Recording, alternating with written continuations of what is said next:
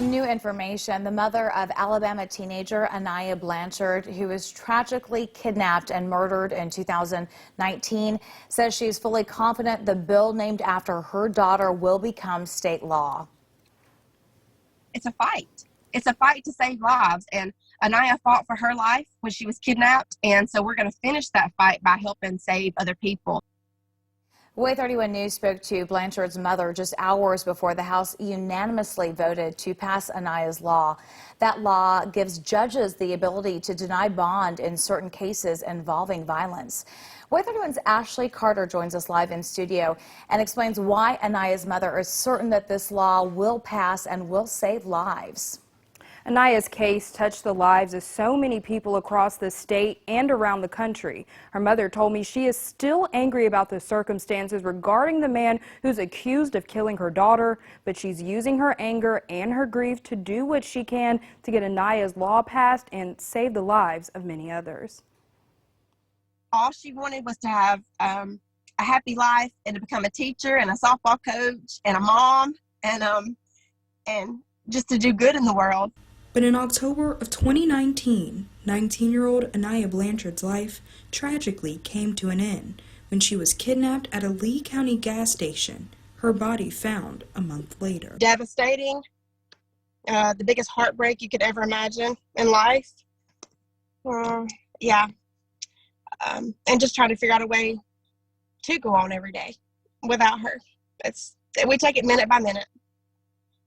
Not even day by day. The man accused of the kidnapping and murder, Ibrahim Yazid, was out on bond for another kidnapping case at the time. He should not have been out on bond, period. And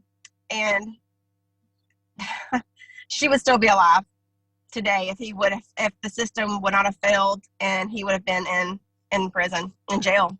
It's what inspired lawmakers to draft the bill known as Aniah's Law, which will give judges the ability to deny bond to people accused of more violent crimes. Under the current state law, judges can only deny bond to people with capital murder offenses. I'm here to say there are some dangerous people out there, and where they need to be is in jail. And you hate that idea is proven in a case like the Aniah Blanchard case. But on the other side of the argument, defense attorneys say the law denies suspects due process. We're going to allow, without standards, a judge to impose a no bail on a particular defendant. It takes away his presumption of innocence and takes away his fundamental right to a trial. And it may be, as we've seen now, we've had people who've been in, now COVID is partly responsible, but 4 and 5 years, awaiting a trial, and that's quite likely going to be what happens here. Harris says she understands that viewpoint, but believes the law will save families from dealing with tragedies like the one she's faced. And most importantly, she believes it's what her daughter would have wanted. The love we have for her, we just can't stop. She would want us to do this, and she was going to do so much good in the world herself. And so this way, it's kind of like our project with her.